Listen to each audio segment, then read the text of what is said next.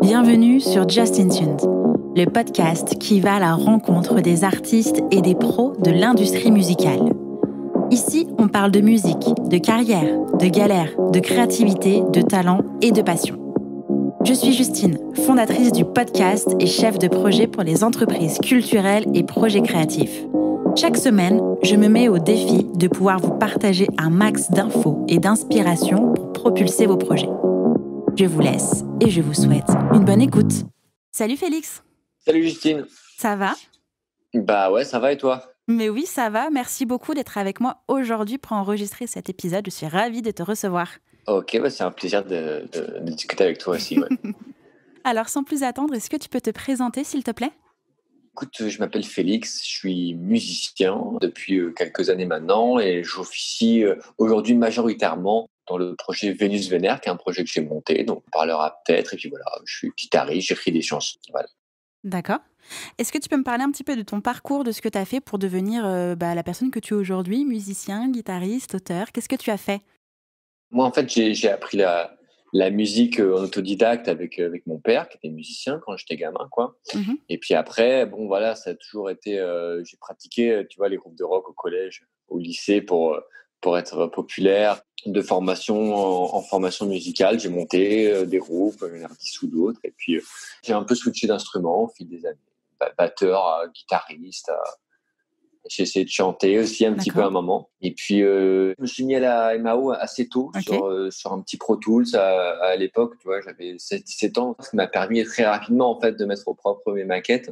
Puis, bon, voilà, j'étais au lycée, si tu veux. Moi, j'étais prêt à faire le tour du monde avec mon groupe de rock. Tu vois, évidemment, ça ne s'est jamais passé comme ça. Donc, il a été poussé par mon entourage familial. Et puis la voie de la raison, j'ai fait des études, mais pas en rapport avec la musique du tout, quoi. Du genre, j'ai une licence de design, un master d'économie. Bon, après, pendant tout ce temps, j'ai continué à faire de la musique. Mais bon, Okay. c'est pas pareil, faire de la musique le soir quand tu rentres du taf ou des cours le week-end. Ça restait anecdotique, ça restait une sorte de truc en trame de fond, quoi. Et puis voilà, ça me titillait de plus en plus. Il se trouve que j'étais assez malheureux quand même dans le monde du travail. Alors moi, j'ai très peu travaillé au final parce que j'ai quitté mes études, tu vois, j'ai travaillé 3 mois, mais chaque fois que j'ai taffé, ça s'est fini dans des grosses galères où en fait, je me barrais en catastrophe parce que j'étais complètement inadapté pour ce monde-là, quoi. Le monde de l'entreprise, mais j'avais toujours l'impression d'avoir mieux à faire, quoi. Bon, alors après, je m'inquiétais le soir en rentrant, etc., mais c'était pas suffisant, quoi. Je comprenais pas trop ce que je faisais. Bon, voilà, je bossais sur des sites, machin. Je captais pas, quoi. Je captais pas l'utilité, ni pour moi, ni pour les autres, en fait. Et donc, voilà, au bout du unième job stage qui se finit mal, je décide de me poser 100% à faire du son, quoi. Tu vois, j'avais 24 ans, je me dis, bon, c'est un peu le moment ou jamais. Avant de me choper mon CDI, mon crédit, ma bagnole, ma baraque, bam, je me pose un an et je me donne un an et je tente de faire le truc à fond. Mhm. Et là, c'est le grand gouffre, quoi. C'est à la fois flippant, à la fois hyper excitant. Je me souviens encore du jour où le matin, où au lieu d'aller au taf, je suis allé au café pour faire un point un peu sur comment j'allais, tu vois, gagner ma vie avec la musique petit à petit. Donc, c'était un grand jour, je me rappelle encore du café chez Gaston dans le 11e. Voilà, très, très, très bon spot qui restera ancré de ma mémoire. Donc voilà, c'est important, je crois, dans la vie de se dire, je me dis, bon, moi, je teste, et au pire, je me dis que j'ai foiré, mais il n'y aura pas de « et si », tu vois, et si j'avais, voilà. Et donc, tu fais ce déclic-là, tu dis, ben, allez, c'est bon, je me laisse un an, je vais tout donner pour réussir dans la musique. Autour de toi, est-ce que tu es soutenu ? Est-ce que tu es vraiment seul dans cette épreuve ? Qu'est-ce qui se passe autour de toi dans ta vie perso ? Si tu veux, moi non, j'ai pas trop de musiciens dans mes fréquentations de musiciens professionnels parce que en fait, je Mhm. sors de la fac, tu vois, l'école de design, machin. Non, tous mes potes, ils vont bosser dans des agences de com ou des trucs comme ça, quoi. Bien sûr. Donc ça se fait pas trop. À la limite, j'ai des freelances, tu vois, des freelances dans le design, tu vois, c'est ça les vrais racailles de mon entourage. Alors après, mon entourage familial, bon, ils se prononcent pas trop, tu vois. Ils m'ont poussé à faire Ok. des études au max, tu vois. J'aurais pas spécifiquement, moi, j'aurais été prêt à arrêter plus tôt. Ils m'ont poussé, ce qui est pas une mauvaise chose, tu vois. Et puis après, ils savaient que eux, ils étaient rassurés une fois que j'avais ce bagage-là, tu vois. Puis je leur disais, Ouais, t'avais un métier, quoi. au pire, ça le fait pas là, voilà, je retournerai malheureux dans mon autre métier, voilà, ça pourra le faire. Mais bon, le déclic quand même, c'était qu'à ce moment-là, j'ai emménagé avec ma copine, avec qui je suis encore d'ailleurs, et qui, elle, était intermittente. qui sortait du conservatoire du 9e et qui, elle, vivait quoi, de la musique. Donc bon, alors au début, c'était moitié des plans pourris, voire 3/4 des plans pourris, du genre de, tu vois, voilà, des trucs de playback de PBO ou des chœurs ou même des trucs de cachetonnage, quoi, d'anniversaire, machin. Mais n'empêche qu'elle était dans le système petit à petit, elle grattait des plans et puis je me dis, tiens, en fait, ça existe. Et puis de fait, avec ses amis, tous ses amis, eux, étaient là-dedans, quoi. En fait, tu vois, c'était. Et donc là, ça m'a quand même ouvert cette perspective-là. Puis moi, je voyais. Même on n'avait pas le même rythme. Tu vois. Moi, j'avais des horaires vraiment, voilà, 9-19. Elle était sur un rythme un peu alternatif où le soir, des fois, elle allait jouer aussi au théâtre, elle allait répéter, tout ça. Je trouvais ça cool, en fait. Il y avait une vraie liberté, moi, qui me correspondait à fond, quoi. Qui me correspondait à fond parce que, bon, il y avait le côté musicien, créatif, mais il y a aussi le côté, tu vois, un peu entrepreneur qui me plaît là-dedans, quoi. Dans le sens où tu dois trouver tes plantes, créer tes boulots, tout ça. Bon, j'aime bien être hyper libre, en fait. Voilà, mais ça, c'est un truc aussi, je pense, tu vois, dans ma famille, genre, quand j'y repensais avec leur recul, pareil, mes 2 parents, mes 4 grands-parents, tout le monde a toujours bossé à son compte. Donc, je crois que c'est ça aussi mon décalage par rapport au monde de l'entreprise. Et finalement, moi, je me suis retrouvé à me dire, voilà, maintenant, je vais faire de la musique et je vais organiser un peu, mais je vais aller trouver mes plans. Tu vois, c'est comme si tu lançais une petite entreprise, tu vois, petite entreprise Félix, voilà, qui va devoir, voilà, trouver du boulot en musique. Donc là, moi, j'ai tout de suite réfléchi. J'étais quand même pas mal stressé sur la thune, quoi. Tu vois, je venais de m'installer en appart avec ma copine. J'avais pas envie d'aller quémander auprès de mes parents. Tu vois, je venais de finir mes études, c'était long. Donc j'étais stressé sur la thune. Donc j'ai tout de suite, j'ai quand même trouvé un petit plan. Tout de suite, le premier truc de base, je me suis dit, je vais me faire un tapis en me donnant des cours. Donc des cours de gratte, des cours de maths, un peu. Mais bon, disons que ça me prenait. Je sais pas, disons un cinquième, un quart de mon temps. Disons, ouais, maximum, tu vois, j'avais 6 heures par semaine de cours. Mais ça me faisait un petit tapis pour payer mon petit loyer. Et déjà, ça, bon, c'était fait, tu vois. Et c'est hyper important quand même une mini sérénité financière pour pouvoir créer quand même, tu vois, sans non plus trop flipper. Et en même temps, je voulais pas non plus trop de confort pour avoir un peu la dalle, tu vois, pour y aller aussi. Je trouvais ça important. Ok, intéressant. Donc je me laissais pas, tu vois, j'ai plein de potes qui disent ouais, moi je me garde quand même mon taf et j'essaye en plus tout ça. Mais non, ça va pas. Il faut pas un vrai salaire. Mon vrai salaire, ça devait être la zik, tu vois. Bon, je parle d'argent, mais en vérité, il y avait aussi une quête. Une quête artistique, hein, tu vois, il fallait aussi que je me trouve, hein, il n'y avait pas que trouver l'argent, il y avait aussi se trouver artistiquement, parce qu'en fait, j'avais jamais vraiment réfléchi jusqu'à présent. Je veux dire, c'est pas en répétant, tu vois, 3 morceaux de rock le dimanche après au Studio Bleu que j'allais comprendre et vraiment développer une vraie personnalité musicale. Donc donc j'ai réglé ce problème un peu j'ai évacué rapidement, tu vois. En plus, j'étais sur Paris, il y a quand même plein de petits jobs comme ça, tu vois, qui te permettent d'être flex ou j'ai connu des mecs, tu vois, qui livraient de la bouffe en vélo, machin, des trucs qui te laissent quand même une vraie flexibilité, une liberté. Mais par contre, c'est indispensable, franchement, je leur dis avec le temps de se dégager un maximum de temps, quoi.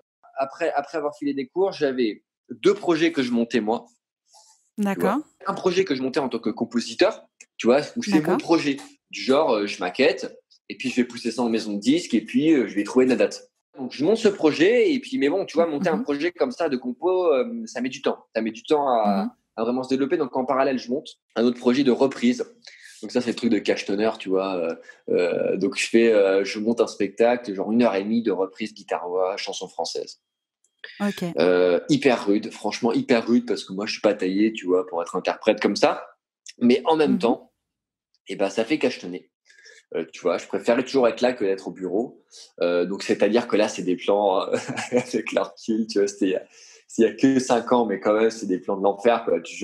Donc, c'était guitare-voix, tu vois, tu tournes avec ta petite sono, et là, c'est du resto, dans un coin du resto, c'est du bar, tu fais chier les gens, quoi. Du camping. J'ai fait du camping là, pendant.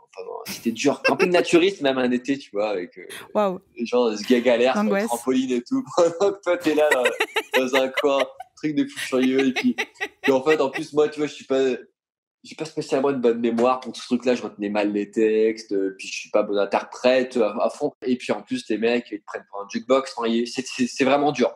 C'est vraiment dur. En même temps, c'est la réalité aussi. Tu vois, il fallait que quand même que je paye mon loyer.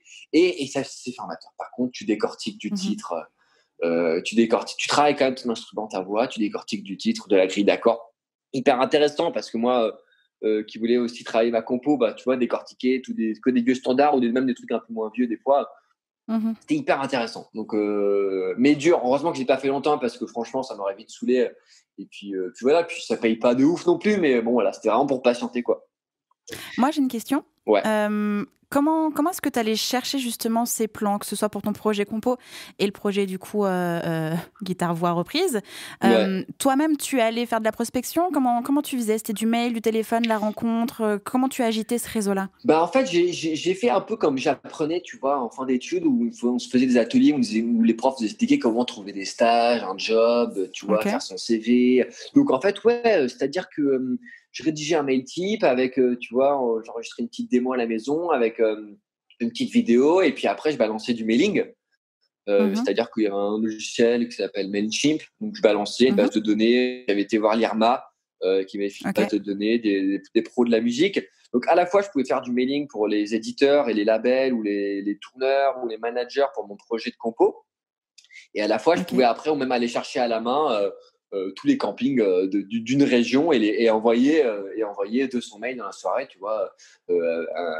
Et puis après, suivre qui ouvre le mail, faire des relances, tu vois, vraiment le job tu vois, de l'agent immobilier, quoi. Tu vois, le truc vraiment très commercial, en fait. Ouais, OK. C'était aussi des moments où je prenais aussi conscience de ce que renvoyait le projet, en fait, tu vois. Donc, si OK. les trucs étaient des défauts, au plus, je me les reprenais en pleine gueule parce que les gens, ils ont plutôt l'habitude de s'adresser à justement, pas aux artistes directement, tu vois. Donc, ils sont assez OK. cash, en général, sur les retours, je trouve. Donc voilà, ouais, je balançais du mail. Bah après, comme j'avais une formation, je bossais un peu dans le web, je me faisais toujours un petit site internet, mais simple, tu vois. Mais bon, c'est Mmh. facile de se faire un Wix ou un Tumblr en fonction des trucs du moment. Et je balançais Mmh. du mail comme un fou furieux. Et après, en parallèle de ces deux projets que moi, si tu veux, j'ai initiés, j'avais des projets où j'étais accompagnateur, musicien accompagnateur. Ça, D'accord. c'est vraiment autre chose, en fait, parce que là, vraiment, tu vois, t'arrives, la table est mise, tu poses les pieds, voilà, c'est quand même moins de boulot. C'est-à-dire que, bon, bah voilà, à la base, ouais, mon instrument, c'est la guitare. Et il se trouve que Mmh. déjà, et puis là, je captais qu'il fallait que je bidouille un peu du synthé quand même pour bien trouver du taf. C'était vraiment le moment où ça commençait, de la SPD, du synthé, tout ça. Donc, bon, j'ai appris à OK. manier un peu, à manier ça. Donc, j'ai acheté un synthé. Déjà, si tu veux, je jouais du synthé, du clavier MIDI, quoi, pour composer des tracks, tout ça. Donc, en fait, Mmh. moi, je cherchais dans des groupes de pop, franchement, pas un niveau de malade, quoi. Tu n'as pas besoin d'être Stevie Wonder. Donc voilà, donc je bidouille les accords. J'achète un synthé, j'apprends le fonctionnement de la synthé, ce qui me permet aussi d'avoir, c'était quand même vachement plus cool d'avoir un poste proposé, des compétences un peu polyvalentes. C'était des postes récurrents, genre guitariste, claviériste, avec un mec qui fait des OK. chœurs, voire même un mec qui tape un peu de percu ou autre. Et comment tu chopais ça? Alors après ça, bon, bah, C'est le réseau? tu peux Bouche à checker sur oreille? Internet, tu vois, il y a des sites genre Zikinf ou autres, mais moi j'ai toujours trouvé des plans de l'enfer. Autant j'ai fait plein de rencarts d'annonces sur Zikinf, mais franchement, à chaque fois, ça sentait vraiment le traquenard. Donc OK. après, c'est dans mes réseaux de potes, ouais. Dans mes réseaux de potes ou sur Facebook, tu vois, sur des groupes que j'aimais bien, que je suivais à droite à gauche, je checkais. Et puis après, bon, petit à petit, tu vois, à force de faire des concerts avec mon projet, de traîner dans les concerts des potes de potes, je rencontrais d'autres musiciens et ça s'est fait doucement comme ça. Donc voilà, tu discutes, tu traînes dans les soirées. Euh, donc là, voilà, je cherche des plans et puis en même temps, en même temps, je regarde aussi ce que jouent les musiciens, tu vois, et je me rends compte que c'est pas trop la mode des guitaristes. Donc c'est là où voilà, je me dis, j'apprends à me Tu passes au servir un peu synthé? d'autres trucs. Mmh. Ouais, mais pas que synthé, tu OK. vois, je propose les deux, j'oublie pas ça OK. parce que en même temps, voilà. Et bon, il se trouve que bah, rapidement, je trouve deux plans. Mais rapidement, tu vois, genre dans les 3-4 mois, je trouve un plan de claviériste. Surtout, bah, je vois un peu les premières vraies répètes, quoi. On se cale des journées entières dans une cave et puis on taffe, quoi, tous ensemble. Et là, j'apprends beaucoup. Super projet, j'adore les chansons. Et puis là, on fait du bar, quoi. Du bar, du café-concert, de la petite salle. De temps en temps, il y a. Enfin, voilà, un premier festoche en province, tout ça. Donc, on taffe, quoi. On fait du Mmh. concert. C'est un peu payé. Et puis on rencontre du monde aussi, tu vois, de fête. Parce que Oui. chaque fois que tu fais OK. un concert, t'es avec d'autres groupes. Donc, tu vois d'autres groupes, tout ça. Et c'est cool. Et ça me sort aussi la tête de mon projet à moi. J'avais besoin, tu vois, plutôt que d'être face à moi-même, tu vois, toute la journée. Bah, autant moi, je suis Mmh. assez autonome sur le taf et tout, mais ça me faisait respirer une ou deux fois par semaine, d'aller répéter avec eux, de me marrer. c'était important. Okay. Et après, direct après, donc tu vois, là, je suis dans une dynamique où je me dis, je vais rejoindre autant de projets qu'il m'en faut pour qu'il y en ait un qui prenne vraiment et qui me suffise, en fait, tu vois. Donc, je suis D'accord. prêt à prendre 15 projets s'il faut, quoi. J'ai mes cours, j'ai mes 2 projets perso, j'ai les projets Niki. Et tout ça, ça arrive, tu vois, c'est dans l'été, où je me décide de faire du son, hein. OK. Il se passe plein de trucs partout, j'ai envie de découvrir. Puis je me dis, c'est mon moment, tu vois, le truc, Mmh. depuis aussi longtemps que je m'en souvienne, j'ai envie de le faire, vas-y, je le fais là, quoi, tu vois. OK.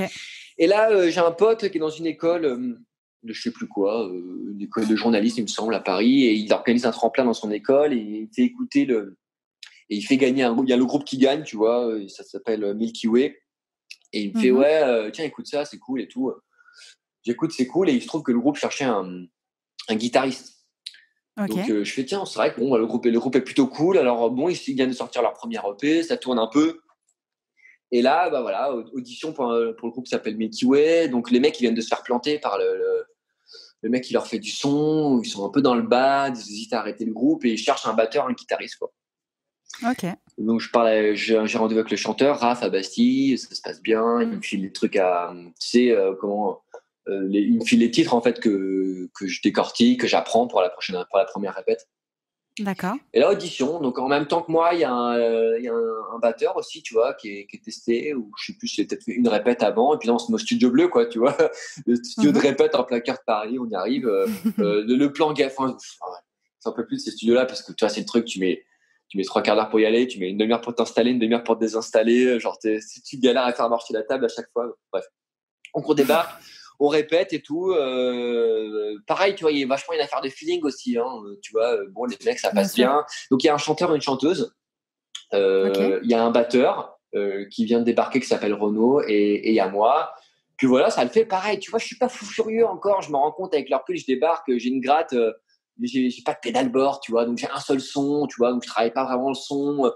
J'ai un clavier, bon, je m'en sers qu'à moitié, je fais des chœurs, mais bon, j'ai quand même de la bonne volonté, tu vois, et puis j'apprends vraiment chaque jour, j'apprends, quoi, tu vois. Bon, les Mmh. gars, ils captent ça. C'est pas non plus, personne n'est vraiment très pro, tu vois, c'est des groupes qui sont en développement, en fait, hein. Chaque fois, je m'adressais pas à des OK. groupes, tu vois, qui étaient en plein milieu d'une grosse tournée, en fait, tu vois, OK. c'était inadapté, en fait. Au début, il fallait quand même que je commence par des trucs où tu fais des petits paris, tu dis, tiens, ça, je trouve que les titres sont cool, il y a Mmh. moyen que ça tourne et tout, puis les mecs sont cool, donc. Et bref, les mecs m'appellent 2 jours après, ils disent, ça le fait, j'écoute les nouvelles démos, je les trouve mortelles, donc là, voilà, ça part, on enregistre un OK. titre qui s'appelle Salope. Tout se passe bien, on enregistre le titre, on enregistre le clip, on le fout sur Internet. Il se trouve que ça commence à tourner un peu. Donc ça s'appelle Milky Way. Et puis là, donc ça fait à peine 6 mois que moi j'ai commencé à me foutre dans la musique, en fait. Et Mmh. puis donc j'ai 4 projets plus les cours, donc j'ai quand même des semaines bien remplies. Et là, Mmh. puis tu sais, donc t'as pas de thunes, donc tu prends pas spécialement de vacances, tout ça. Bon, tu sors pas non plus sur des trucs, des soirées, tu sors pas comme un malade. Donc finalement, t'as du temps pour bosser aussi, c'est l'avantage, quoi. Voilà. Donc je bossais quand même pas mal, et donc Milky Way. Donc au bout de 6 mois, on enregistre un titre qui s'appelle Salope. Et là, en fait, à partir de là, il y a un déclic, tout s'enchaîne ultra, ultra vite. Donc là, genre 24 ou 25 ans, tout dans le genre. Et là, donc, éditeur, label. Donc en gros, à l'époque, c'est un petit groupe qui est sur son premier EP. Salope, ça fait un peu de remous, mais tu vois, pas énorme, mais quand même, ça fait un peu de remous. On se fait Mmh. surtout clasher parce que les gens trouvent ce titre un peu abusif, tu vois. Et donc là, on signe avec Mickey Way sur un label qui vient de Secret, qui s'appelle OK. Panenka. Panenka, qui est un label qui est toujours d'ailleurs rattaché à Vagram. OK. Donc hyper excitant, quoi. Tu vois, t'as 24 piges, tu débarques, tu fais des rendez-vous label. Donc en fait, on a joué un soir au Supersonic, qui est un petit club à Bastille. Donc c'est entrée libre, tu vois, tous les soirs, machin. Mmh. On Oui, joue, oui. c'est le premier concert, en fait. Je pense qu'on fait un concert franchement merdique, bon mood, bonne énergie, parce que tu vois, le groupe était à 2 doigts de s'arrêter, tout ça. Donc là, le chanteur, la chanteuse, ils sont ultra contents de rejouer les titres, il y a tous les potes et tout. Mais je crois que la vidéo elle doit être encore sur YouTube. Mais bon, voilà, ça reste encore, tu vois, ça reste quand même le tout début. Et il se trouve que là, dans le public, il y a un mec qui s'appelle Alexandre Zouliani, et qui lui était Mmh. à l'école de son, qui était à l'école, une école genre dernière année d'école de son, machin, et qui lui en parle à un de ses profs, qui monte une boîte d'édition. OK. Voilà. Et donc en fait, on fait un rendez-vous avec ce mec-là. qui s'appelle Jean-Philippe Benoît, qui est d'ailleurs encore mon éditeur aujourd'hui. Je reparlerai de lui parce que c'est un élément clé. Donc en fait, le mec écoute donc le mec qui est dans l'étudiant qui est dans la salle fait tiens, Jean-Philippe écoute ça va te plaire. Le mec écoute ça, il kiffe, il vient de monter sa boîte d'édition, c'est tout neuf, tu vois. Ça s'appelle La Variété. Et puis on fait un rendez-vous, quoi. Et puis il dit bah en fait, moi je kiffe, si ça vous tente, on peut aller rencontrer quelques labels. Donc c'est via ce mec-là en fait qu'on va rencontrer des gens. Voilà. Mais il n'y a pas énorme de rendez-vous de maison de disques. En vérité, il y en a beaucoup qui recalent quand même, tu vois. Il y en a beaucoup qui recalent. Il y avait des petites touches de maison de disques quand même en dehors de Jean-Phi, mais bon, pas vraiment de trucs concrets, quoi. Donc le mec, il se chauffe, ça va très vite. Je dirais, dans mes souvenirs, en un mois, tu vois, on rencontre quelques personnes. Là, ça le fait chez Panenka, donc il y a un tout nouveau label chez Vagram. Donc c'est excitant. Voilà, il y a 2 personnes dans ce label, dont Antoine, qui est un ancien mec de 995, et puis il y a Olivier Caillard, qui est un DA, directeur de label plus qu'expérimenté. Bref, ça nous chauffe, le courant passe bien, on le fait, quoi. Ça signe vite en fait avant l'été. Et puis là, déjà dans une dynamique de malade, parce que tu vois, t'as tes premiers rendez-vous de maison de disque, t'es comme un fou, puis après tu signes, t'es comme un fou, et en fait le boulot il commence vraiment là, quoi. Tu vois, l'histoire elle commence vraiment là. C'est quand tu commences à signer, c'est là où t'as vraiment des échéances qui arrivent, et c'est là où je rentre pour la première fois de ma vie vraiment en mode un peu professionnalisation, tu vois, où ça prend une vitesse supérieure, dans le sens où là maintenant il faut taffer pendant l'été, il faut taffer pour le premier EP, il faut trouver un tourneur, il faut trouver un mec pour faire le premier clip, tu vois, faut faire des visuels, et il faut changer de nom. Bon bref, tu vois. Et là, il y a du taf, quoi. Et à partir de ce moment-là, jusqu'à l'infini, il y aura du taf, quoi, en fait. Donc, pendant l'été, on change de nom. Ça te fait pas, Milky Way. On se dit que c'est le moment jamais, surtout, tu vois. C'est le moment jamais de changer de nom, quoi, avant que l'histoire vraiment démarre vraiment. Donc, et puis, d'autant que le projet était en français, Milky Way, c'était un. Bref, et on décide Thérapie Taxi. Donc le groupe s'appelle Thérapie Taxi pendant l'été. Alors je saurais plus te dire quel été c'était, 2016, 2017, un truc dans le genre, quoi, tu vois. Et là, voilà, à la rentrée, pendant tout l'été, la rentrée, on taffe le P. Et ce qui est marrant, c'est qu'on fait notre P avec Alexandre, qui nous a découvert au Supersonic. On fait notre P avec lui. Donc là, c'est énorme, c'est l'étudiant, c'est son premier taf, tu vois, il fait un test réel, le feeling passait bien, lui c'était son premier taf. Et donc le mec a pas de studio, quoi, tu vois, on va dans sa chambre, dans le 18e, il a un peu de matos, et puis on fait un test sur un titre, le titre Coma idyllique, et qu'on kiffe à fond. Il nous fait écouter ça dans sa chambre, sur son clic-clac replié, on kiffe, et là on fait tout le P dans sa chambre, en fait. Et ça a un côté hyper cool, parce que pour un jeune groupe comme nous, expérimenté, il n'y avait pas le côté très formel du studio, ou dans le sens où on pouvait vraiment s'y reprendre à autant de fois qu'on veut, prendre le temps de bien se trouver, tu vois, nous en tant que groupe aussi, parce que le groupe était très récent. Donc, il fallait qu'on apprenne tous à bien se connaître, parce que t'as bien se connaître, tu vois, à faire une répète par semaine, et bien se connaître à être toute la semaine ensemble, tu vois, à discuter contrats, à discuter chiffres, à créer un truc. On a tous envie que ça va être, on sait que tous que ça va être notre premier objet dans la musique, tu vois, ce premier disque, parce que l'EP a pour but d'amener l'album. On veut tous que ça défonce, quoi. Ça va être tous notre premier, donc on veut tous tout donner, tu vois, avec une fraîcheur, une innocence, tu vois, et beaucoup de maladresse là-dedans. Je pense qu'il a donné beaucoup de charme au début de ce groupe, tu vois. Donc bref, on fait ça dans la chambre de ce mec-là. C'est super. Pareil pour Alex, tu vois, c'est son premier truc. Il se donne à fond. On fait le truc à fond. On fait le premier EP. Et puis on n'a pas de tourneur à l'époque, donc c'est moi qui me charge d'envoyer des mails. J'aime bien ça, tu vois, je garde ce réflexe, donc j'envoie des mails à droite à gauche. Et puis bon, et puis il y avait le clip qui était sorti, le Salope quand même, tu vois, qui continue un peu de faire parler, en bien ou en mal, mais qui faisait parler. Donc j'envoie des mails. Enfin, d'abord, on se fait quand même une petite pause, on taffe le P pendant 4-5 mois, un truc dans le genre. J'envoie des mails pour trouver des concerts, parce que c'est important là qu'on trouve un tourneur, en fait. Donc bref, là, je me rappelle, on enchaîne une Flèche d'Or, ça existait encore, cette super salle dans le 20e. Une Flèche d'Or, super concert, et 3 baudets, et je book un peu par inadvertance. Du genre un soir, il y a un mec qui me rappelle, parce que j'ai envoyé plein de mails, du genre moi je t'ai capable d'envoyer un mail à contact@rockanscène.com, tu vois. Genre je m'en fous, je tente en fait, tu vois. Et il se trouve qu'un soir, je me rappelle encore, il y a un mec qui m'appelle à 22h, et c'était Jean-Louis Brossard des Transmusicales de Rennes, qui a un rendez-vous vraiment incontournable quand t'es un jeune groupe, tu vois. C'est en décembre. C'est vraiment un truc, c'est fou. En plus, moi, j'avais étudié à Rennes, donc j'étais fou furieux d'étrange, j'adorais ça, ça. Donc le mec m'appelle, il me dit ouais, j'ai reçu ton mail. Donc, c'est improbable que le mec ait ouvert mon mail. Je me disais jamais ça allait marcher. Il m'appelle à 22h, il me dit et voilà, le mec on échange et il me dit ouais, il y a une classe qui vient de se libérer, c'est vous qui la prenez. Donc là, on se retrouve 3 mois après au trans, c'est complètement Énorme. fou furieux. Mais moi, j'hallucine, sachant que tu vois, le groupe est encore vraiment mauvais sur scène à ce moment-là. On a tous à peu près conscience qu'on n'est pas bon, tu vois. Mais les gens kiffent parce qu'il y a des bonnes chansons. Et il y a une énergie. Ouais, il y a une énergie, en fait, surtout, tu vois.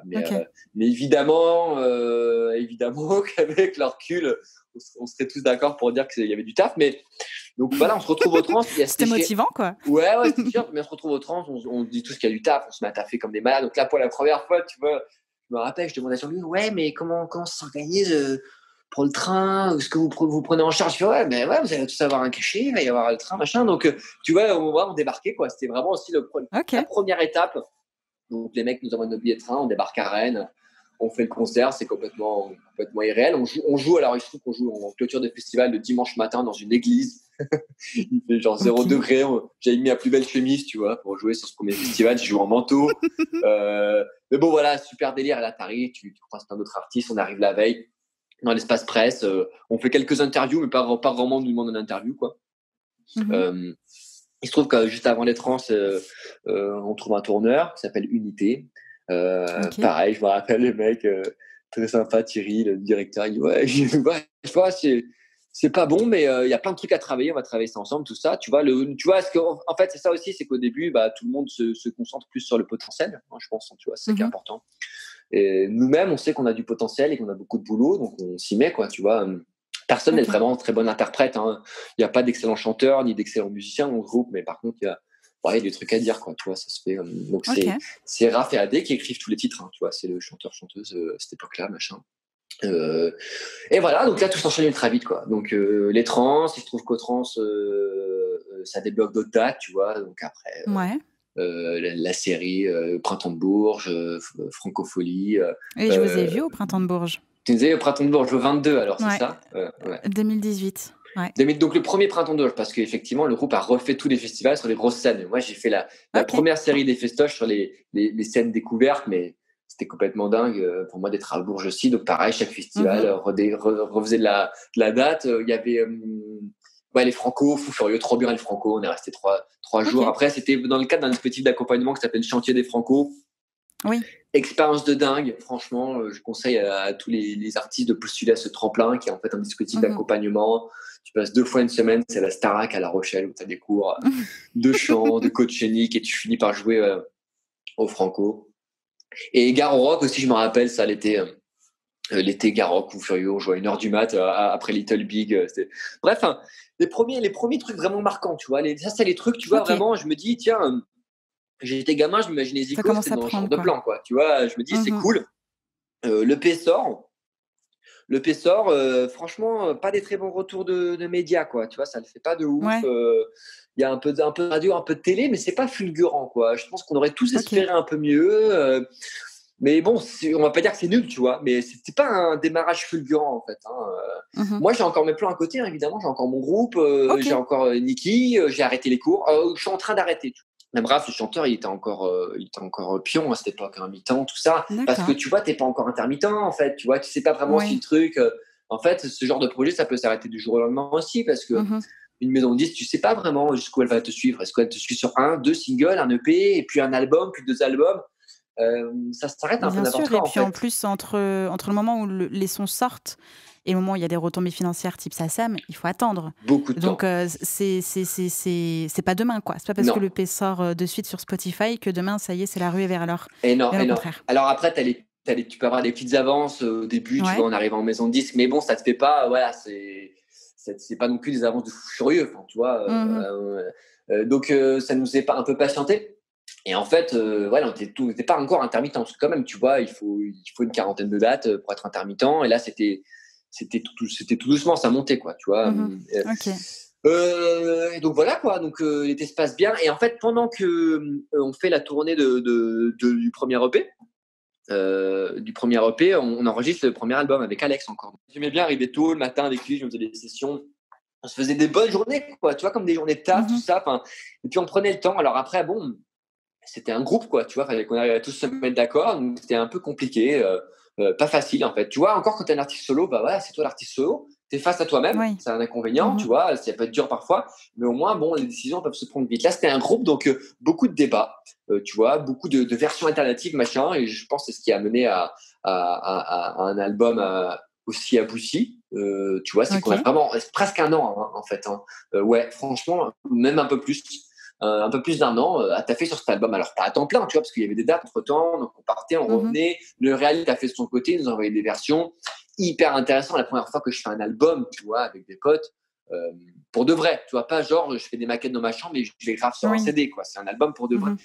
Donc, c'est un album pour de vrai. Ça veut aussi dire que bah, faut que tout le groupe soit d'accord, mais il faut aussi que le label soit d'accord. Donc, on commence à faire des Oui, vous interviews avec le aviez un label. contrat artiste, Exact, c'est un ça? contrat artiste, un contrat Ok. Ok. d'édition et on était en tour derrière.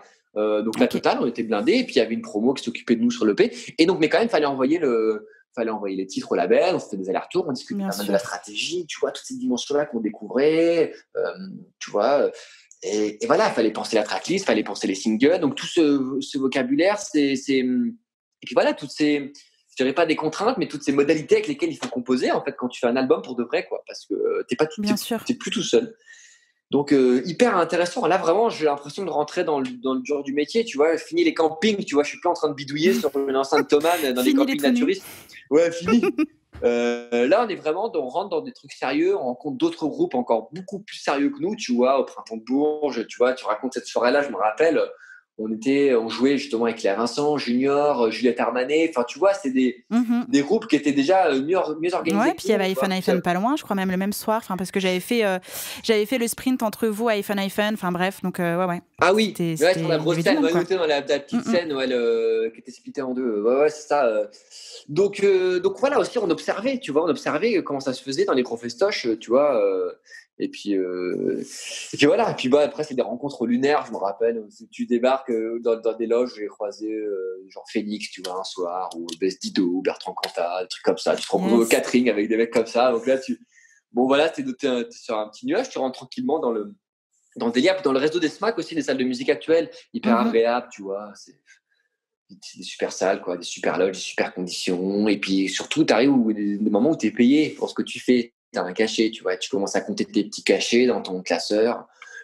1, 2, 3, 4, tu vois. Donc tu vois le bout du tunnel quand même de l'intermittence. Mhm. Parce que même si ton projet cartonne pas, tu vois, tu peux, même si tu fais pas de la Tu vente commences à en d'album. vivre. Et ouais, voilà, c'est Enfin, tu ça. vois Donc un en fait, avenir moi, quoi, surtout. ouais, c'est ça. Bah, tu vois, à partir du moment où on commence à signer en label, au bout d'un an, on dépose à peu près tous notre intermittence, en fait. Ok. Un petit peu plus d'un an, peut-être. On n'a pas tous été au même rythme parce qu'il y en a qui cachetonnaient à côté aussi, tu vois. Mais, Mhm. donc, au bout d'un an, intermittent, donc là, c'est cool, tu vois. Et il se trouve que après donc tu vois, on sort le P, un an, on taffe tout ça. Bon, fin d'album, ça s'est chauffé un peu parce que tu vois, on a fait les premières dates. Tu vois, on commence à manger un peu de route, un peu d'hôtel, tout ça. Studio, le lieu clos. Donc on se rend compte aussi un peu des personnalités, des contradictions qu'il peut y avoir au sein du groupe, tu vois. Mhm. Parce que tu vois, avant, on était juste des potes qui répétaient au studio de temps en temps. Puis là, c'est la première année complète où ça commence à devenir sérieux avec des coups Ouais. de stress. Tu vois, tu fais ton premier quotidien en direct à la télé. Bon, tu vois, c'est genre de délire. T'es un peu jeune, tu vois, c'est des conditions quand même un peu stressantes, Mhm. avec de l'enjeu. Et puis, donc, on se découvre en fait dans cette première année. Et on découvre aussi qu'il y a des incompatibilités dans le groupe, tu vois, à la fois Ok. humaines et aussi professionnelles, des manières différentes de fonctionner. Mhm. Donc ça, bon, alors quelquefois, tu peux arrondir les angles, ça passe, mais là, ça passait plus en fait. Tu vois, à la fin Ok. au bout d'un an, tu vois, vraiment intense de création, presque à la fin d'album, tu vois, la plupart des titres étaient faits. On avait fini tous les concerts de l'été. On n'avait que des concerts en juillet, donc on devait se retrouver pour Rock en scène, en fait. D'accord. Donc quand même concert de l'été, bon, ça restait une petite tournée, tu vois, mais quand même une petite tournée, mais avec des premiers rendez-vous importants, tu vois, tous les festivals que je t'ai listés, puis on commence à bouffer un peu de la route, tu vois, on s'est fait un petit Paris-Toulouse, tu vois, dans le week-end par exemple, tu vois, t'es pendant Mhm. 16 heures côte à côte dans un camtar avec des gars. Donc, tu vois, voilà, il y a des trucs ça commençait un peu, au bout d'un moment, il y a des trucs qui devaient sortir. Donc, il se trouve que moi, je pars en vacances, machin, et juste avant Rock en scène, on se fait un café tous ensemble, et le groupe décide de me virer, en fait, tu vois, de m'exclure du groupe. Ok. Ok. Donc, de genre à 3 jours de Rock en scène. c'est vrai qu'il y avait les 2 musiciens principaux et moi, ça fonctionnait pas trop avec l'autre musicien, tu vois. Voire pas du tout, tu vois. Donc bon, à un moment, donc tu vois, et puis après, c'est des trucs, je veux dire, tu t'entends pas avec un mec comme tu t'entends pas avec un collègue à la machine à café, tu vois, ou dans ton bien open sûr. space. Sauf que là, c'est différent parce que tu tapes quand même. Ouais, tu vis avec. Voilà, tu vis avec. On n'était pas fait pour vivre ensemble, en fait, tu vois. Mhm.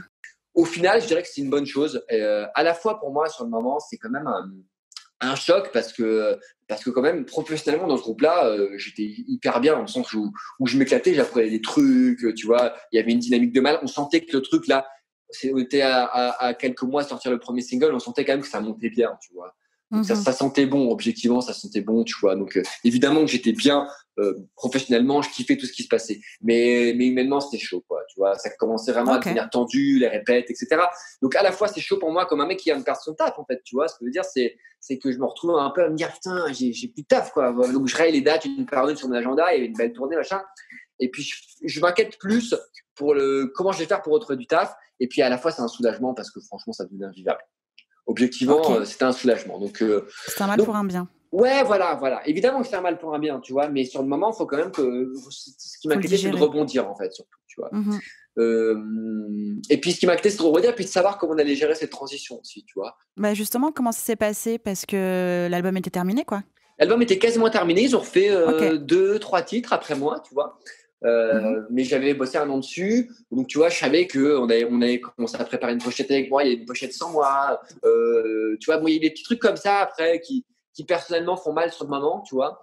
Mais et donc après, moi, je voulais juste être sûr qu'on ne fasse pas complètement disparaître de cette histoire. Alors évidemment que le groupe a continué d'écrire son histoire après, et ça, je savais que ça allait arriver, et j'étais très content pour ce groupe. La réussite de ce groupe-là, tu vois, était en partie la mienne. Moi, j'étais très heureux.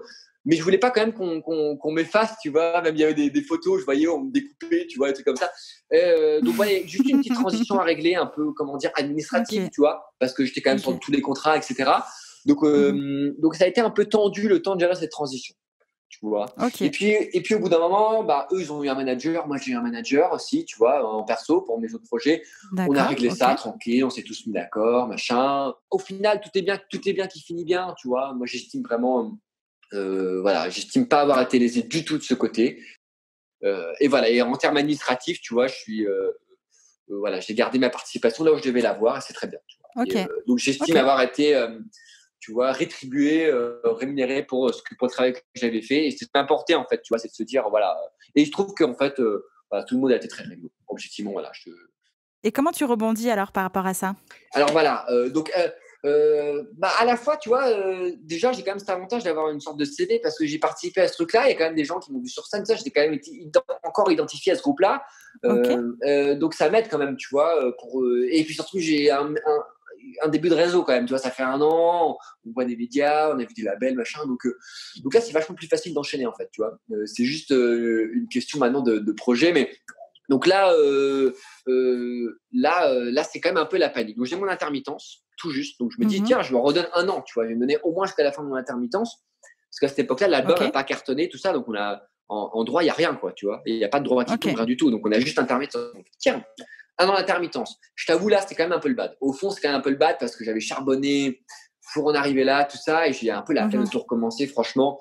J'hésite plusieurs fois à tourner la page directement, tu vois. Franchement, parce que à retourner direct, parce que c'est un coup dur en fait, tu vois. C'est un coup dur quand même, tu vois. Puis tu te dis, tu te remets en question, tu vois.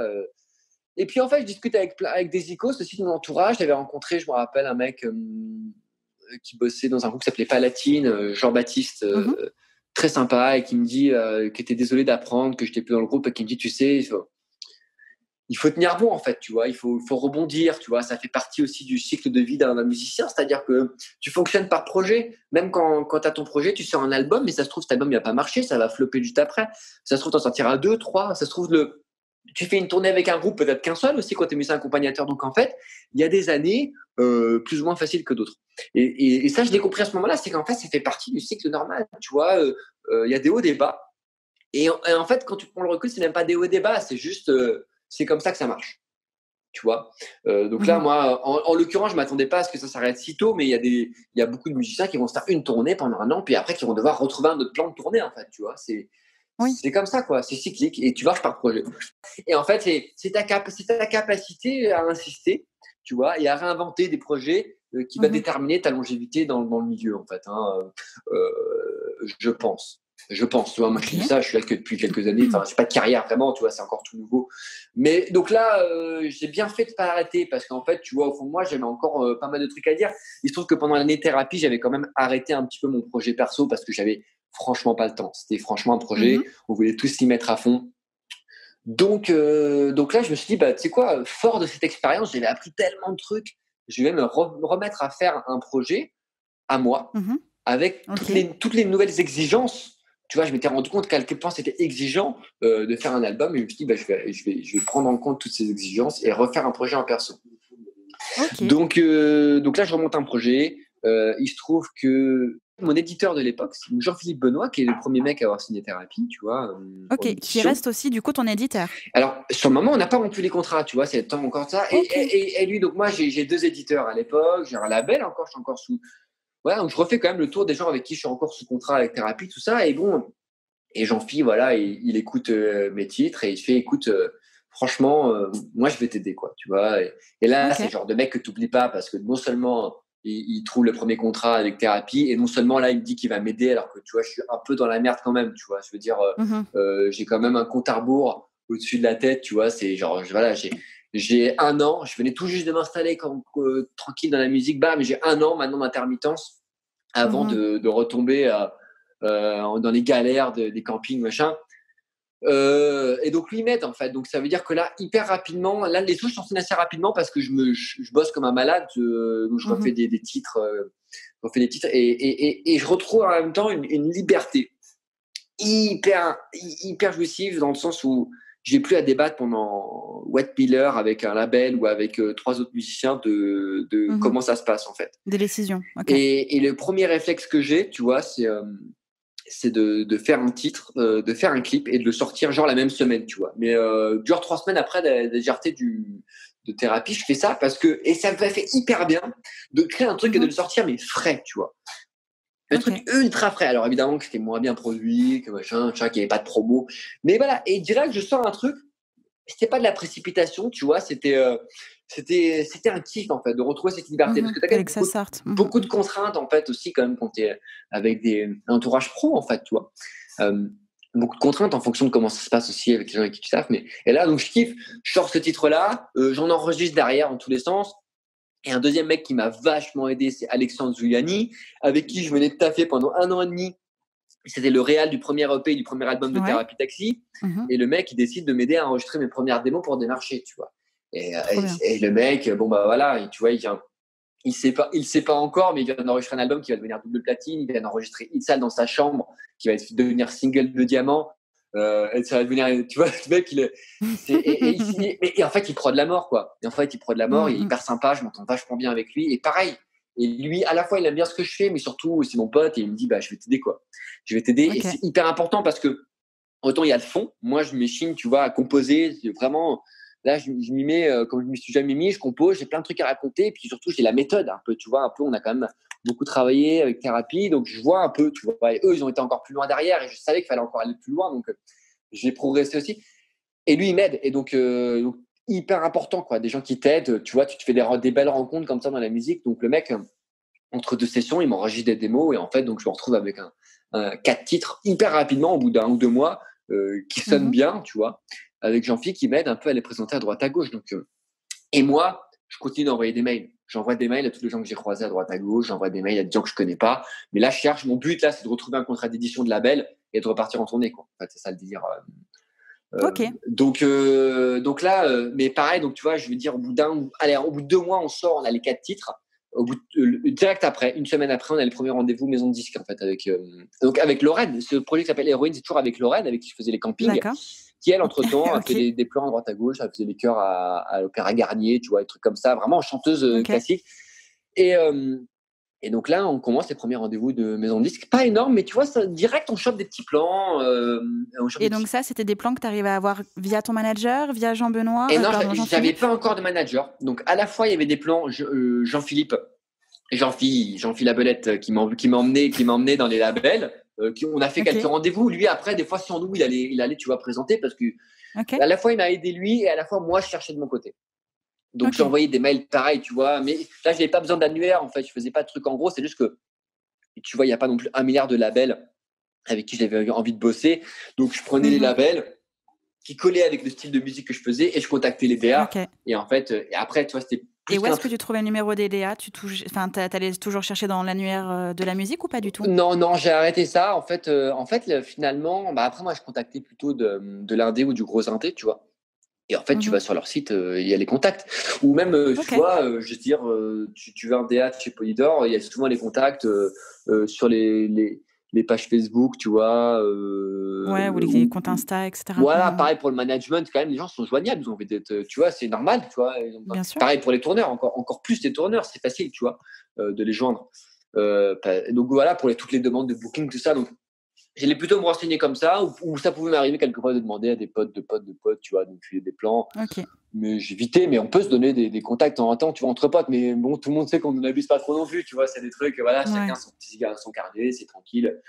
Donc ça se fait comme ça. Les premiers rendez-vous que je chope, c'est moi qui les chope en perso, donc des petits labels. Alors certains labels, juste on échange par mail, tu vois, il y a un truc encourageant, ils trouvent ça cool. Moi, je suis vraiment dans des trucs un peu scolaires, tu vois. Je fais des compos, genre vraiment construites au sens traditionnel du terme. C'est carré, ça sonne, alors refrain carré vite, tout ça. Avec leur recul, je pense, voilà, c'est le projet était peut-être un peu trop carré, tu vois. Donc, ça manquait un peu de personnalité. Mais bref, on chope des plans directs. Et là, on organise un concert à Paris pour que les mecs viennent nous voir. C'est ça, tu vois, l'ordre des choses, en fait. Donc, je sais pas, on fait des rendez-vous de genre octobre, novembre, décembre. On a des petites touches, je m'attendais pas à ce qu'on ait des touches aussi rapides, tu vois. Et puis pendant ce temps-là, bon, le disque de thérapie explose, quoi, tu vois. Énorme tournée, ça part en cigale, en Olympia, etc. Donc, bon, forcément que ça me bénéficie un petit peu par rebond, tu vois. J'ai bossé sur ce truc-là. Je cherche pas trop à le mettre en valeur spécialement, mais bon, voilà, ça fait partie de l'histoire du groupe, en fait. C'est voilà. Moi, j'arrive, je les raconte au mec, je me suis fait lourder d'un projet, les gars. J'en refais un aujourd'hui, j'ai besoin de table, voilà. Et puis en même temps, même si c'était pas moi qui composais dans le groupe de thérapie, il y a quand même des similitudes dans les sonorités, etc. Tu vois, bon, les gens ils assimilent un petit peu au truc. Je sais pas si c'est inconscient ou pas, mais on nous le disait souvent, tu vois. Donc là, bref, on fait des rendez-vous et on convie tout le monde je sais plus quel ça, le bus, je crois, le bus Palladium. Et avant ça, on se fait un petit kiff avec Lorraine. En fait, on va roder le projet. On n'a pas envie que ce soit le premier concert. Et on s'organise. Là, c'est moi qui envoie des mails. On fait 5 concerts en Angleterre. Donc, j'envoie des mails dans les pubs, tu vois, de Camden, la côte. Et là, on prend notre caisse. On négocie les petits tarots pour que ça nous rembourse le trajet. On part en caisse, on prend le ferry et puis on va jouer 5 soirs d'affilée, en fait. Ce qui nous permet, en fait, de mettre en place le live. Tu vois, ça se passe hyper bien. De le roder. On kiffe un max. Les Anglais, ils se marrent. On fait des soirées spéciales French pop. En fait, tu vois, en fait, les salles, ça les faisait marrer de labelliser ça comme ça. Donc, on joue vraiment dans des pubs. On fait 3 concerts à Londres, un dans la campagne paumée, un sur la côte pour revenir. Et là, moi, j'aime bien enchaîner. Tu vois, je trouve que c'est là vraiment où tu te rôdes vraiment. On a juste le show un peu chaque soir. On vend un peu du merch fait à la main pour rentrer dans nos frais. Et là, on rentre. On a bien taffé le live et voilà, on rentre fort de cette expérience au bus. Où on avait invité les quelques DA qu'on avait rencontrés ou avec qui on avait échangé. Évidemment, t'en as aucun qui vient. Donc ça, typiquement standard. Voilà, t'invites des gens, ils viennent pas. Ils viennent pas du tout. Donc, on a le seum, franchement. Autant on avait une bonne dynamique, tu vois. On avait sorti un petit titre sur Internet pour trouver des dates quand même. Autant on avait une bonne dynamique, je me disais tout va aller hyper vite, tu vois. Je refais des titres, ça sonne bien, on a des rendez-vous, il y a un concert. Et là, à partir de là, c'est le calme absolu, quoi. C'est-à-dire que là, on rentre dans une phase où il se passe plus rien, où plus personne me répond, où personne n'est venu au concert, où j'arrive pas à booker de date, tu vois. Genre personne répond. Jean-Phi, il a plus le plan, il me rappelle plus, etc. Et là, voilà. Et tu vois, les mois passent, tu vois. 1 mois, 2 mois, 3 mois. Moi, j'avais envoyé des mails comme un fou furieux à l'automne, mais je me suis dit, j'ai pas non plus faire chier les gens pendant toute l'année, quoi. Tu vois, j'ai envoyé les mails, j'ai fait une relance, j'arrête, quoi. Donc bon, je je continue de composer en attendant pour patienter, tu vois, en disant que mon téléphone il sonne en fait. C'est là, tu vois, c'est stressant, tu vois, tu checkes tes mails comme un malade toute la journée, tu vois. Et il se passe rien pendant longtemps, genre toute une saison, tu vois, 4 mois, 4-5 mois. Et puis là, évidemment, tout se réactive d'un coup. Donc Jean-Philippe m'appelle, il fait ouais, il y a un mec qui s'appelle qu'on appelle Plastoc, Michel Plastier, qui peut te voir. Et puis à la fois, j'ai un autre mec que j'avais contacté à l'automne qui me dit ouais, j'ai rechecké mes mails. Moi, j'ai une boîte d'édition management, ça s'appelle Les Airs à Vif. J'aimerais bien vous rencontrer. Et donc, tu vois, mais genre la même semaine, quoi. Le truc fou furieux. J'avais plus aucun plan depuis hyper longtemps. Donc pareil, je me disais bon bah je vais chiller jusqu'à l'été, puis après je vais faire autre chose. Mais là, donc on est, tu vois, 2 mois avant. Ouais, on est mai-juin. Tu vois, je me rappelle, c'est la Coupe du Monde. Ok. On est mai-juin, et puis j'ai continué d'écrire plein de titres. Attends, surtout hyper important, c'est la base en fait, tu vois. C'est-à-dire que j'avais des titres à envoyer aux gens. Donc quand j'avais des rendez-vous, j'arrivais avec plein de titres en fait. Et voilà, et il se trouve que ça le fait direct en fait, et que j'ai pas à choisir entre ces deux plans parce qu'il y en a un qui devient notre manager et l'autre notre label. Très cool. Et voilà, et on signe ça pendant l'été, et voilà, et c'est la fin de mon intermittence et c'est le début de mon nouveau contrat de maison de disque. Et incroyable. Et moi je suis refait. Et moi je suis bien refait. Je pars en vacances hyper serein, genre je m'évanouis de fatigue. Enfin, tu vois, c'est une image, mais genre ça y est, soulagement quoi. C'est fait. Ouais. Parce que là tu retournes dans une dynamique ultra excitante de aller à la rentrée, on va enregistrer le premier EP, puis on va préparer l'album, la promo, etc. Je kiffe, tu vois, le premier clip, tout ça, c'était voilà la même excitation qu'au début. Donc bref, donc là c'est parti. Et là effectivement, nous aussi on change de nom au moment de signer, ça s'appelle Vénus Vénère.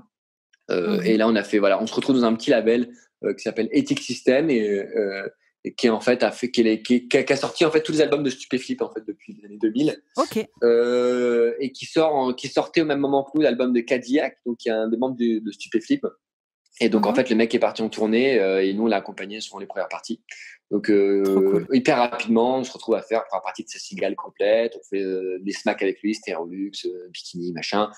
Puis voilà, on sort le P, on trouve un tourneur, et là on se fait une année d'intermittence, trop bien, de première partie. Le projet est taillé pour le live en fait. Moi en plus j'ai en tête, si tu veux, tous les trucs, le format pour le live. Donc tu vois, petite formule, tu vois, pour que ça coûte pas trop cher, qu'on puisse se déplacer facile dans des petits vannes et tout. Et on fait première partie de Naive New Beaters aussi, de Bagarre, de Cadillac. On se fait une pure année où on fait de la grosse salle en première partie. Tu sais, t'as pas de faire chier à remplir en billetterie, juste arriver en première partie. Et là c'est trop bien quoi, on construit le live. Et là j'ai jamais été autant épanoui musicalement que là, parce que je commence à avoir les codes, un peu la méthode. C'est Lorraine est interprète, mais c'est quand même le projet où moi je compose tout, et voilà, et j'adore quoi. J'adore parce que le label. Vous écrivez ensemble? Non, c'est moi qui écris, et Lorraine elle est vraiment 100% interprète. Donc c'est un projet où moi je m'éclate artistiquement. Le label nous tire vraiment vers le haut, il nous permet vraiment on s'entend bien quoi, tu vois, on fait un bon ping-pong artistique, c'est super. Et puis sur scène je m'éclate, tu vois, j'ai pris évidemment que des méga potes pour partir en tournée. Donc voilà, on prend un super sondier, un super guitariste avec qui on joue à la Switch dans le train, et là c'est l'éclat total. Et là je connais enfin ce que c'est de tourner avec une pure ambiance, tu vois, parce que moi je m'entendais pas bien, tu vois, dans les déplacements avec thérapie machin. Là j'arrive, voilà, c'est la colo tout le temps, tu vois, c'est vraiment le kiff en fait. Et là c'était hyper important de créer un univers comme ça, ultra bienveillant, et donc là je suis hyper content. Je suis avec Lorraine, ma copine, avec mes potes, et c'est le kiff absolu. Et donc on monte le live, on prend le temps de bien le bosser, on fait des allers-retours, on sort le P, on fait un peu de promo, il y a un peu de télé, un peu de radio sur un titre, mais ça pète pas, tu vois, c'est beaucoup moins fulgurant qu'à l'époque de thérapie, mais c'est un développement qui est très agréable pour moi. On prend le temps, on a tous une stabilité économique qui est ok, il y a du droit qui est un peu généré, et c'est hyper cool en fait. On prend le temps, là avec le confinement etc, on retarde un peu les prochaines sorties, mais on a plein de trucs dans les cartons hyper cool. Le label nous suit dans les erreurs comme dans les réussites, tu vois, on fait les choix ensemble, et voilà, et c'est un kiff. On a fait un peu de promo avec Jean-Michel Canitro, que tu as eu aussi dans une émission, j'ai vu. Donc hyper intéressant. Moi je m'éclate aussi à garder quand même la main pas mal sur le côté un peu admin business. Donc j'aime bien suivre, être dans les échanges de la promo, savoir ce qui se passe. J'ai pas spécialement piqué de filtre en fait entre même les salles ou les médias et nous. J'ai bien envie de savoir pour de vrai, tu vois. Donc j'aime bien rester dans la boucle, j'aime bien donner mon avis sur les stratégies, machin.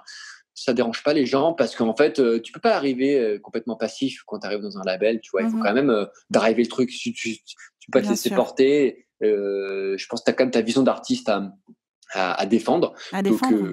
c'est indispensable. Franchement, c'est pas, le label peut pas tout faire à ta place, en fait, tu vois.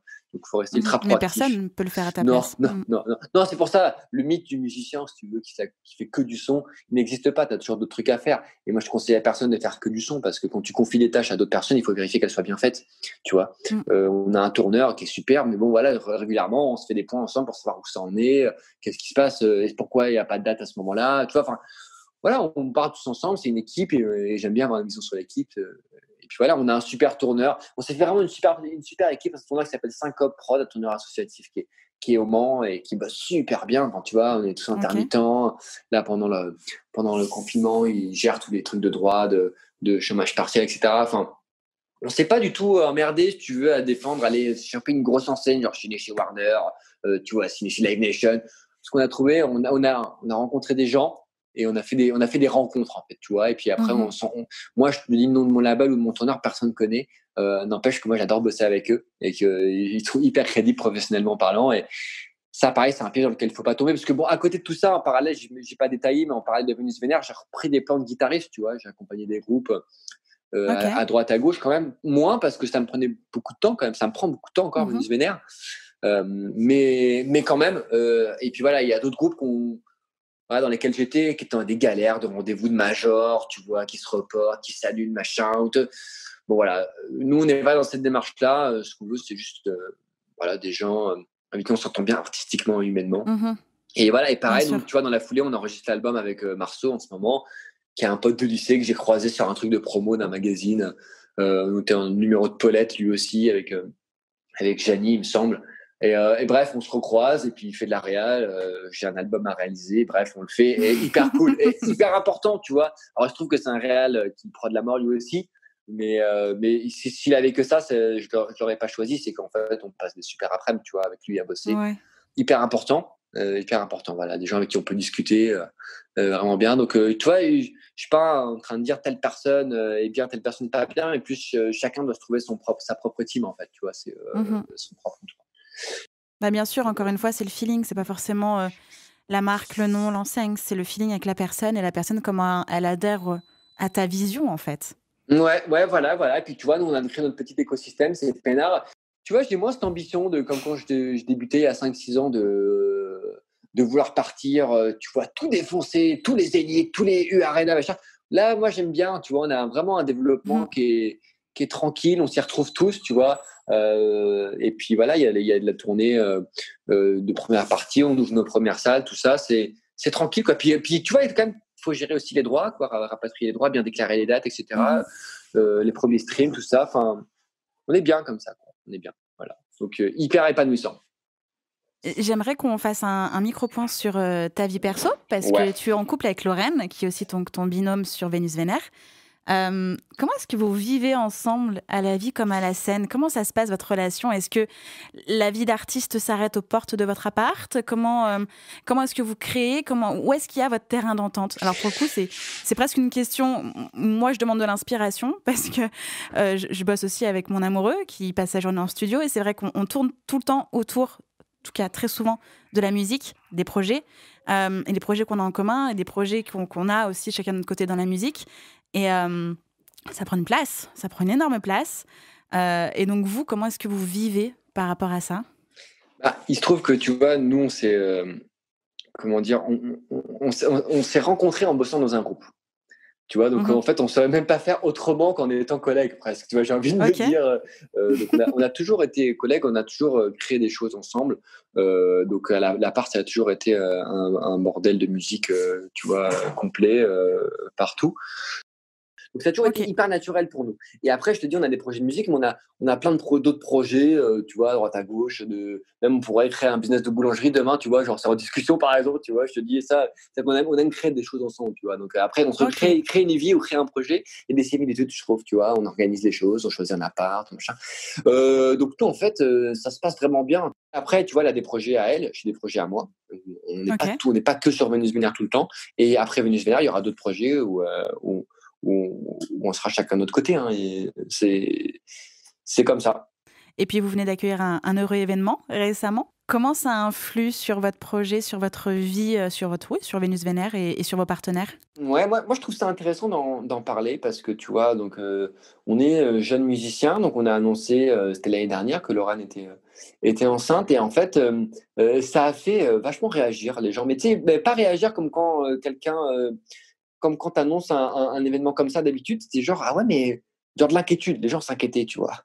«Et comment vous allez OK. faire, pour l'argent, pour» parce que bon, bah, évidemment, tu es musicien, tu as pas de thunes, c'est évident pour les gens, tu vois? C'est quand même un truc, tu Mmh. vois? C'est l'évidence. Alors qu'en vérité, moi, j'ai découvert au fil des années que j'étais entouré de musiciens qui gagnaient plutôt bien leur vie, hein. OK. C'est juste qu'il y a plein de musiciens qui font ça de manière amateur. Évidemment, tout le monde gagne pas sa vie avec la musique, mais ceux qui le font sérieusement, moi, j'ai quand même l'impression qu'on gagne sa vie, quoi. Et bon, bref, donc les gens OK. s'inquiètent pour nous, tu vois, financièrement, et puis en termes de temps, de déplacement, machin. Bon, donc le premier réflexe, c'est quand même l'inquiétude, hein. Les OK. gens ont peur pour nous. Donc évidemment, nous, Donc ça, c'est l'inquiétude des proches, on transpose cette proches famille. inquiétude, ouais. Oui, des proches, mais aussi quand tu l'annonces, nos amis, et cetera, tu vois, tout Ouais, l'entourage. OK. Et évidemment, nous, on transpose ça, ou on flippe de l'annoncer à notre entourage professionnel parce qu'on se dit: «Mais attends, si OK. tout le monde trouve ça bizarre, en fait, ça se trouve, c'est vraiment bizarre. Ça se trouve, notre tourneur, il va trouver ça abusé, notre label aussi». Et en fait, j'ai compris que c'était pas du tout bizarre. Comme si les musiciens n'avaient pas le droit à plein de trucs, genre tu pas le droit de louer un appart ou de faire un crédit, tu vois? Parce que tu as Mmh. un dossier trop de merde, quoi. Ou tu pas le droit d'avoir un gamin parce que ta vie est trop compliquée, en fait. Faux, OK. vraiment faux. Voilà, tu as le droit d'avoir une vie normale. Il y a plein de gens qui ont une vie normale. Et puis voilà, donc on a annoncé à notre entourage professionnel, qu'ils l'ont très bien pris, très bonne nouvelle. On a reçu Mmh. des fleurs, on a reçu des cadeaux, tu vois? Trop Ils ont cool. été très bienveillants. Le tourneur a été prêt à aménager tout ce qu'il fallait. Alors il se trouve qu'évidemment, il y a eu le confinement. Il y a eu le confinement à ce moment-là, donc on a quand même fait des concerts avec, Lorraine enceinte, tu vois? Jusqu'à 7 mois, quoi, tu vois? Un truc dans le genre. OK. C'était génial, en fait. Pareil, mais il y a des médecins complètement ch'tards qui disaient: «Mais il faut surtout pas tourner, les vibrations, c'est très mauvais pour les bébés dans le ventre et tout». Mais OK. franchement, c'est faux. Donc c'est vraiment faux. En fait, c'est marrant parce que bon, d'un médecin à l'autre, les avis divergent vraiment. En fait, non, pas du tout. La musique, c'est très bon pour les bébés. Donc nous, on a fait des concerts. Et la petite, elle adorait. Elle gigotait à l'intérieur. Elle se chauffait dedans, OK. Ouais, puis elle a entendu de la musique de toute façon pendant les 9 mois. Tu vois, Depuis le elle a mis début? en, Mmh. en répète. Et puis en concert, on était hyper contents de faire des concerts avec elle, d'avoir des petites photos avec le ventre rond. Donc voilà, donc en fait, une grossesse qui se passe bien, c'est pas une maladie, du tout.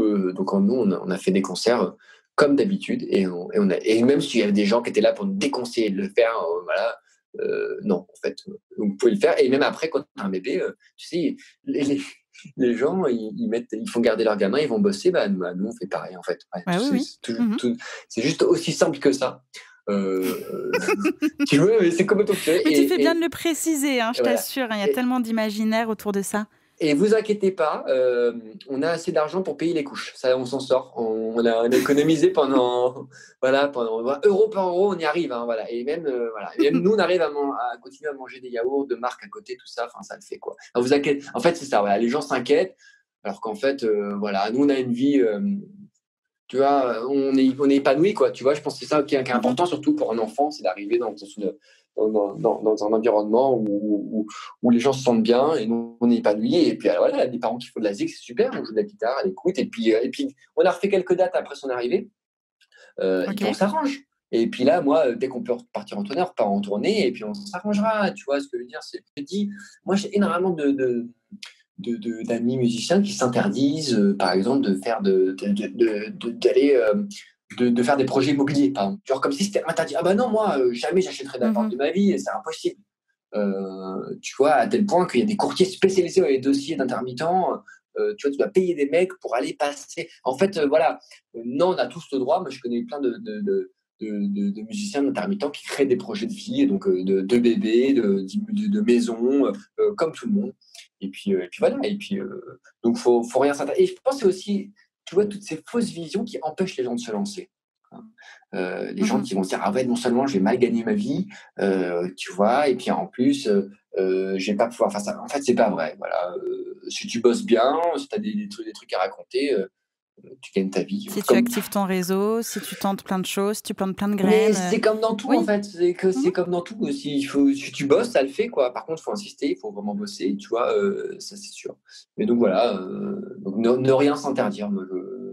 Et puis voilà, et puis on s'en fout, et on est très heureux, il fait toujours autant de musique. Au contraire, jamais écrit autant de titres depuis que j'ai un enfant.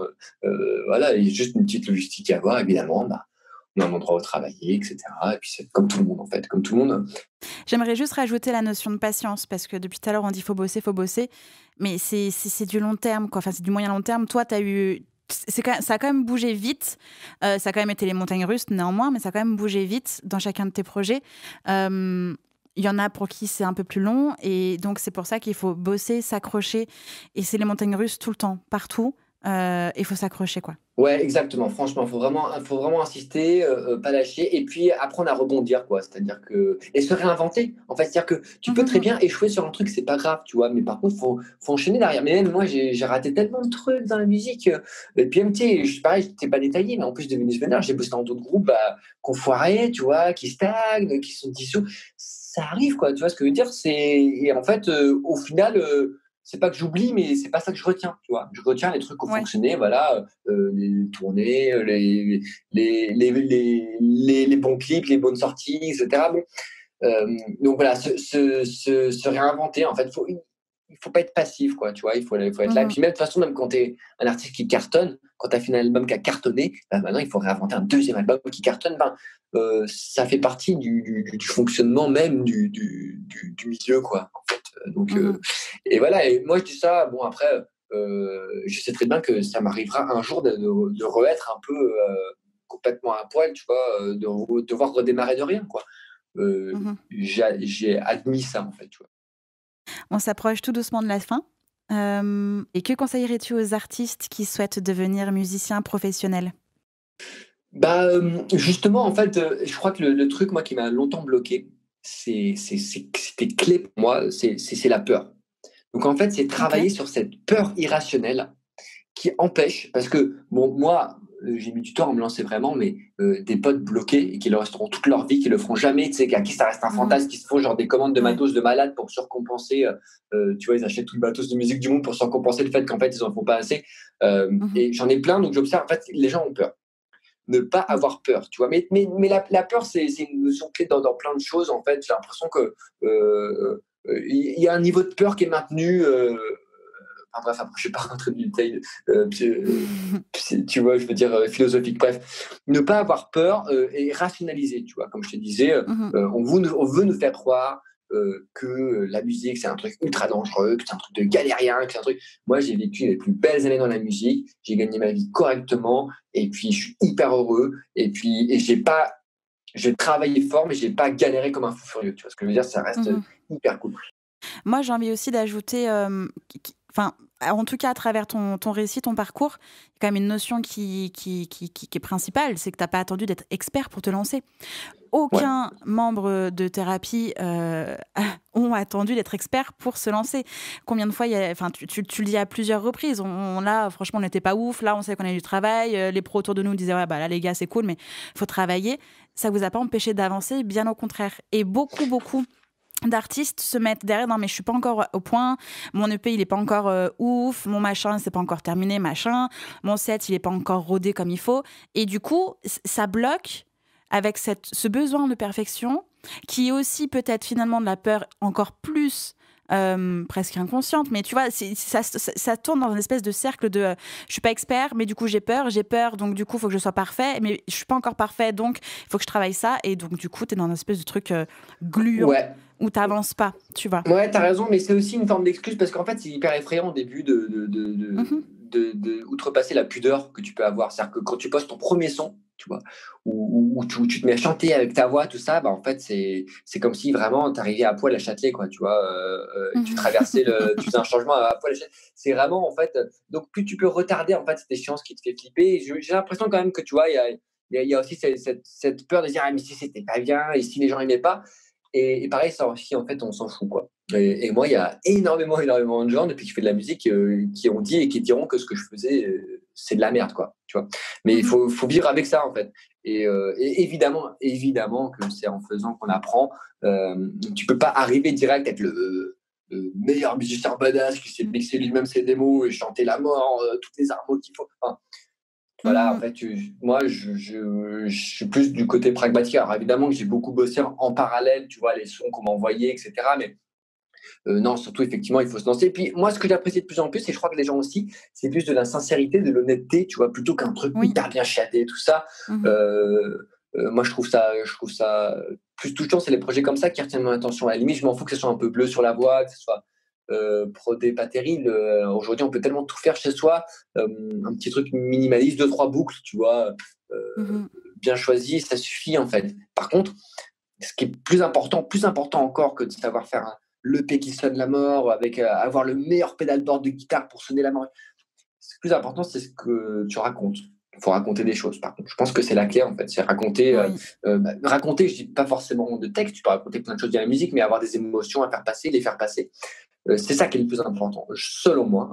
Je ne dis pas de vérité, je donne mon avis aujourd'hui. C'est comme ça, mais donc raconter les choses, quelle que soit la forme, après, ça le fait, je pense. Le mot de la fin, c'est franchement, moi, j'aurais été malheureux de passer à côté de tout ça, tu vois. Je pense qu'à un moment, j'ai été à 2 doigts de pas vivre tout ça, tu vois.